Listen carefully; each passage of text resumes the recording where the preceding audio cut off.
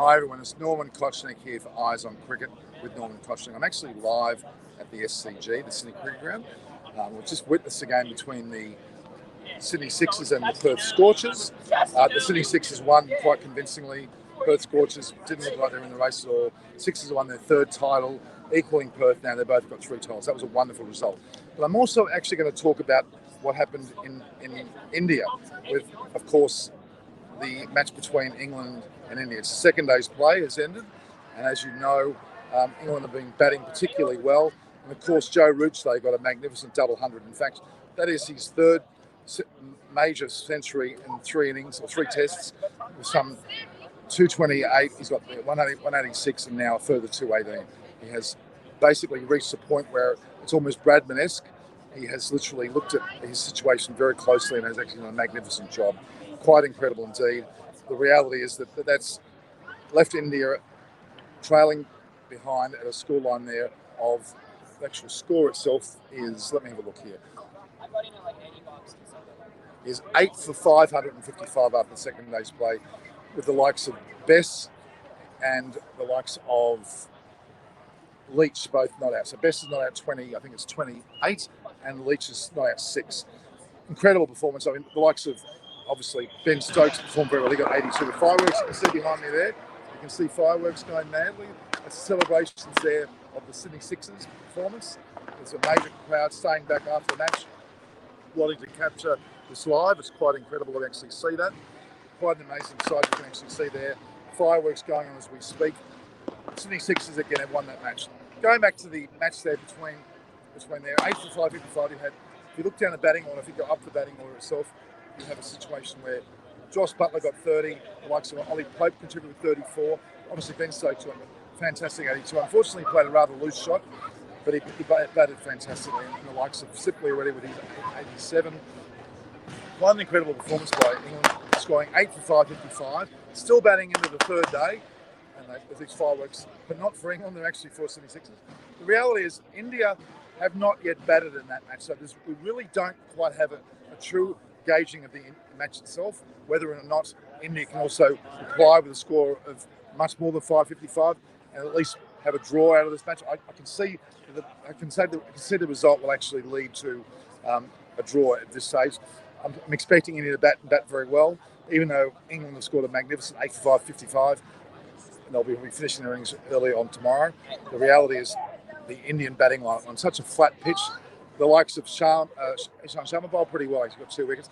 The reality is that both Ashwin, of course, and the likes of Sundar and Nadeem, they struggle. They bowl some. I think Ashwin bowled 50 overs, Nadeem bowled 44, and Sundar bowled 26. Quite an incredible amount of overs.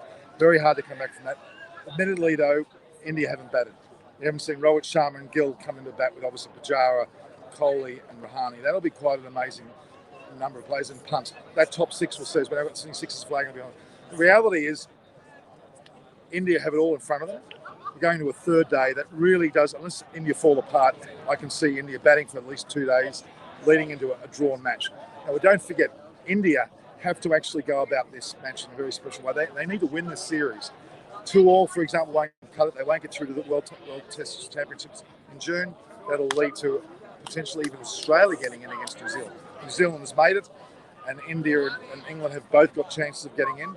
And Australia, if everything doesn't go the way of India and England, it could well be, if it's 2-2, for example, could see Australia actually make the World Test Championships. It's quite incredible. The reality is India have up against them, certainly, but you've got Kohli there. You've got the likes of, as I said before, you've got Gill, Sharma, Pujara, Kohli, Rahane and Punt, all able to bat very well. Ashwin can also bat capably. Washington Sundar proved in the last test against Australia that he batted very well as well. There's a lot of depth in the Indian batting line. I think they've got the confidence on their home ground on a flat pitch, which is not really taking any fast spin. And even though the English bowled reasonably well in Sri Lanka, got wickets, and James Anderson's there. If he bowls on the stumps, as he stumped the stump, he could be a danger. He could get 6 wickets in Sri Lanka. But other than him, I can't see the spinners, both Bess and Leach, doing well at all. They may hold up and then they might do okay, but the reality is that they're up against it as a bowling attack on this pitch. And with the strength of the Indian batting line, I can't see it happening at all. So again, we're live here from the SCG, and we've got a number of people here walking past. nobody's going home. After what happened there was a magnificent celebration, quite incredible. I might actually bring Rapakshi Sharma into the shot. Come in the shot, Rapakshi. You've had the opportunity you've had an opportunity to stand. I'm going to send from that light. You had an opportunity to actually interview a lot of people, didn't you? Yes, I interviewed a lot of people, and I really thank Norman to give me this opportunity so that I can talk to people about the reaction, about the match. It's fantastic, wasn't it? That And was the good fact experience. is that we had a crowd of 75%. I mean, back in India, as most people are now aware, you've got no crowd at Chennai. No crowd due to the COVID-19. But There's a here, lot, yeah, here we have 75%. Amazing. And you can see the other people here. They wore masks. They did wear masks entering the ground and going from place to place. But once they were seated, they were able to take the mask off and eat and drink without masks. Quite an incredible situation. Now our COVID levels are virtually zero in Sydney and New South Wales, and most of Australia is equally as lucky. We're very fortunate we haven't got the strains that exist in both England and in South Africa, which has caused a lot of problems with those series. So, Rapakshi, from your point of view, and we need you to speak a little bit loud because we've got a little noise behind us. Yeah. What do you think of the crowds today? They were quite amazing, weren't they? Very loud. Yeah, the crowd was super amazing. All the audience were enjoying. They were yelling. They were just saying Sydney Sixers.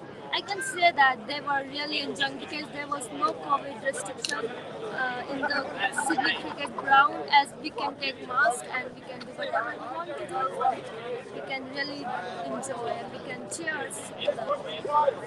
Thank you for that. Rapakshi. We might get you to go around and find some more people to talk to, and I'll finish off the broadcast. How about that? All right, thank you for your. Okay, you have a go, and I will finish the broadcast. Thank you so much. No worries, thank you. So, again, the most important thing is that we've had a magnificent crowd, a fantastic event to see the Sydney Sixers victorious against Perth Scorchers. That actually meant that the Sixers have won 3 titles now, 3 BBL titles, and they've actually they're equaling Perth, who also had 3 titles. We also look at the situation back in India. Now, there's no crowds there for the Test match at Chennai. There certainly is potential of a second Test match with crowds. We're interesting to see how that goes. And then clearly Ahmedabad with the 2 last tests, the 3rd and 4th test, with a day-night match in Ahmedabad, and also the last Test match, which will be a day Test match. I think there's a lot of potential there for crowds. But look, take the Australian example. We've been very careful, we've been very cautious, we're very lucky.